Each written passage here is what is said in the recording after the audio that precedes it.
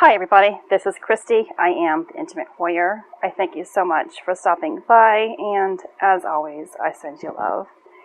I have a little crack in my voice because,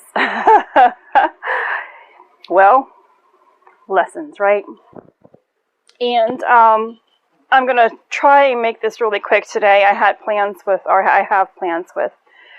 my mother, and I want to go about with that, with my day with her. But because I am feeling this, I want to share an experience. Well, not without getting into the details. This is not about me, but it is about me because I'm going through it. Well, I think I may have mentioned, and maybe I didn't, in my previous video of the path. I forget what it's called, and please forgive me. Let me go double check that. Oh, Annihilation. Annihilating the ego. You know, especially here, I want you to really understand something, that when we say something, when we speak it, it will be so. But we don't realize that in our expression, that there's going to be a learning lesson that comes along with it. We seem to forget that, and because we're just unconsciously speaking 99% of the time, or 100% of the time, whatever it is. I did verbally speak that I was really going to level up on already what I am really trying my hardest to do. When we are really sacrificing ourselves, we forget about ourselves. And I kind of wrote something yesterday, and I'm not finished with it, but I might read that today in this video. It's for a video anyway, kind of explaining what we're going through, and why, and how things are connecting. But I want you to really ask yourself, we hear so many times that we shouldn't enable people, or we shouldn't always help people because they're going to become codependent upon you and not learn their lessons. Whatever, we hear it all the time, and I've said it myself in the past, done things in the past. But true love will always do, will always be, always is. I mean, imagine now. Is that what you actually think God is doing to you? And yeah, actually, a lot of us do believe that we think that God just comes and goes out of our life, only gives us the good things, and then forgets about us when life is at its hardest. That is not the case. God is there even more so in our trials. The problem is that we are so full of those horrifying emotions and those depleting thoughts that make us angry, bitter, resentful, jealous, and easily manipulated, that we cannot see God in our experiences. Now, my lessons are coming more frequently here recently. A lot of them. And with it, a lot of arguments have been coming up.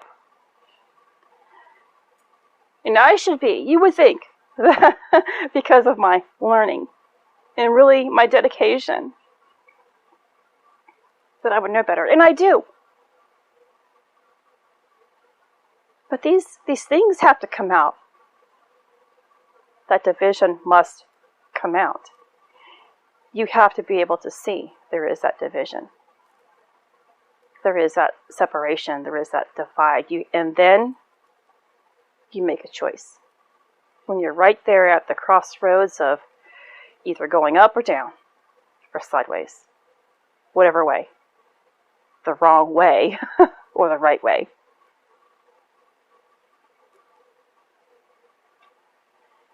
So if we are faced with an issue, to help. And then we get advice from somebody else. Well, you know what? Maybe you shouldn't, because this person's going to always be there asking you for help, and you're only, making the issue worse for them. That's something that we have been taught to really believe. And I get it. I honestly get that. But when our heart is telling us, wow, I have to do this.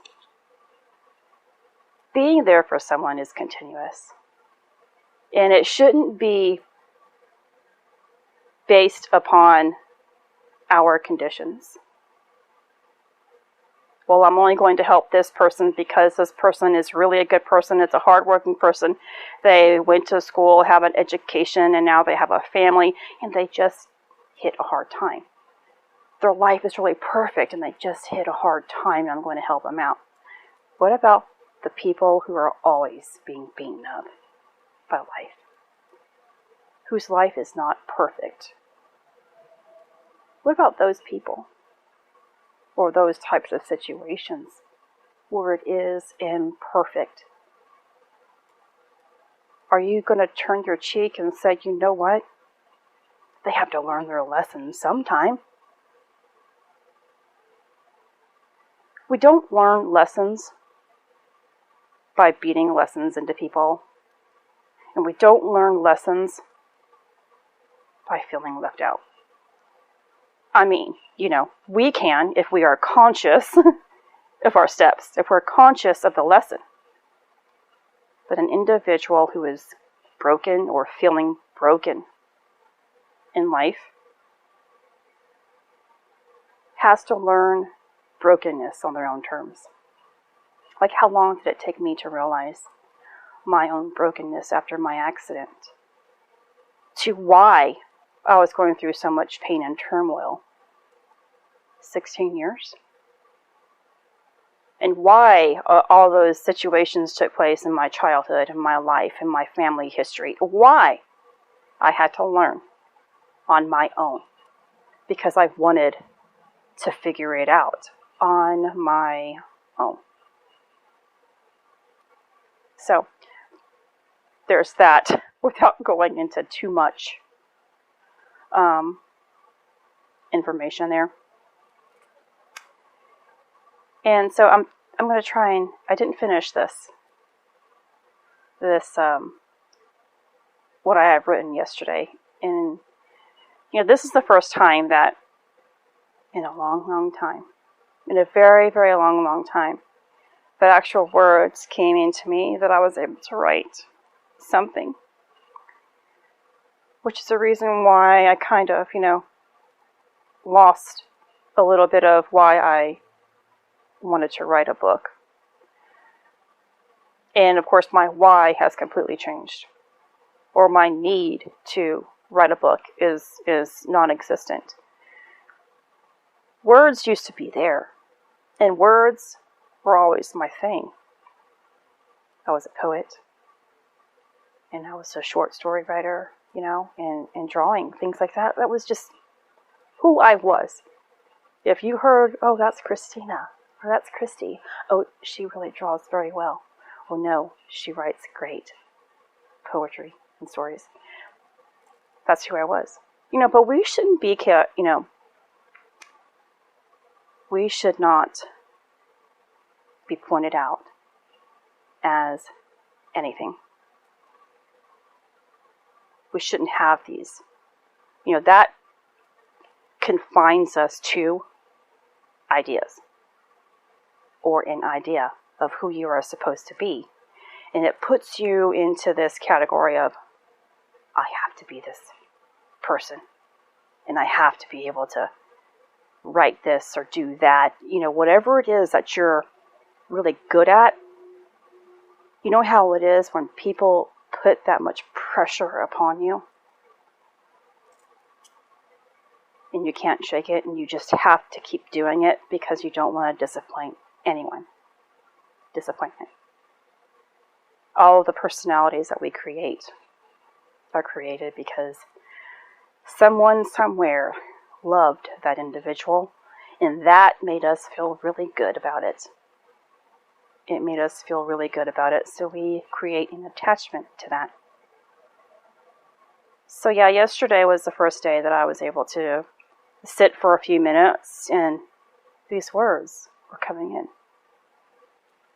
And I'm realizing it today about what took place, and I'm finding gratefulness in this. Not that I need it. I don't need it. But I know something is taking place within me. Something is being given back to me. Yeah, I just pushed pause and kind of went over what I wrote. And I can't read it to you right now because it would leave you more confused if I don't have follow it up with more information. So I can only hope that one day, if I sit down some more, these words will continue on, or I can give you a greater understanding. But if not, I do apologize that it didn't work out. So this video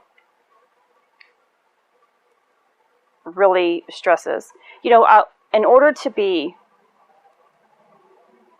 love, that we always hear in this spiritual community, to be love, you have to think in a higher perspective.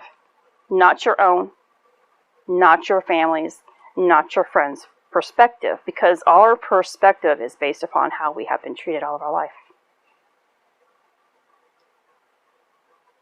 It's about a source that either you have not developed a relationship with, a source that you quite possibly have not witnessed. Don't know what the source looks like. You don't know its power. I mean, that type of intelligence and love is given to us as we continuously move forward. It is given to us by our faithlessness, or faithfulness, by our faithfulness. And just because we actually say, oh yeah, I am love, it doesn't mean that we are. It means we are trying to be love. There's a difference. I am trying my hardest. And because I have verbally spoken, because of what someone close to me is going through, I know that tomorrow truly isn't promised to those around me.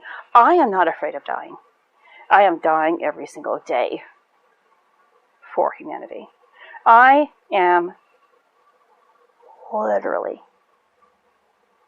wasting away of my human form every single day for a greater cause. It is my choice, and it hurts.